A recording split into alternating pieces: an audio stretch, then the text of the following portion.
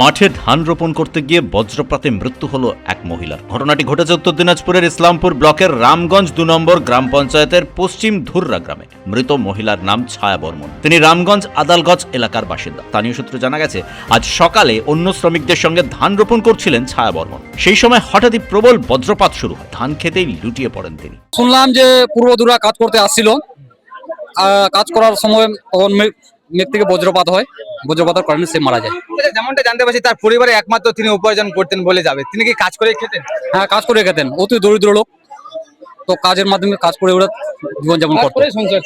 কি দাবি জানাচ্ছেন আপনারা গ্রামবাসী? তাদের কি দাবি জানাচ্ছেন? এখন কি জানাবো, দুঃখের সহিত আমরা তো এখন আর কি দাবি জানাবো, এই মুহূর্তে আর কোনো কিছু বলা যাচ্ছে না। এখন প্রশাসন বা সরকারের কাছে কোনো দাবি আছে? সরকারের সহায়তা, আর্থিক সহায়তা যদি দেয়, সরকার আর্থিক সহায়তা করে।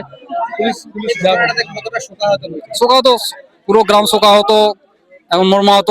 পরিবারের একমাত্র উপার্জনশীল ছিলেন ছায়া বর্মন। গ্রামের বিভিন্ন মানুষের জমিতে চাষের কাজ করেই সংসার চালাতেন তিনি। তার মৃত্যুতে পরিবার চরম অনিশ্চয়তার মুখে পড়েছে। গ্রামবাসীরা তাই চাইছেন পরিবার যাতে সরকারি সাহায্যটুকু অন্তত পায়। বাড়ির অবস্থা খুব একটা ভালো না।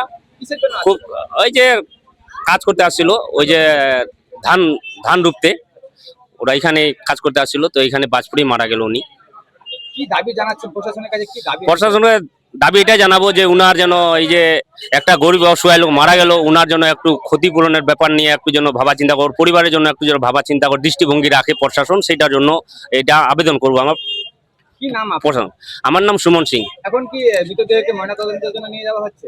হ্যাঁ, এখন প্রশাসন আমাদের বললো যে এটা বলে ময়নাতদন্তের জন্য আগে হসপিটাল নিয়ে যেত, হসপিটালের পরে তারপরে আবার থানা এখন কি ডিসিশন দেবে। আমরা তো দাবি করবো যে যেন পোস্টমর্টম না হয় যায়, তো চলে গেছে আর ওখানে কি আর কাটাছিড়া করবে আর।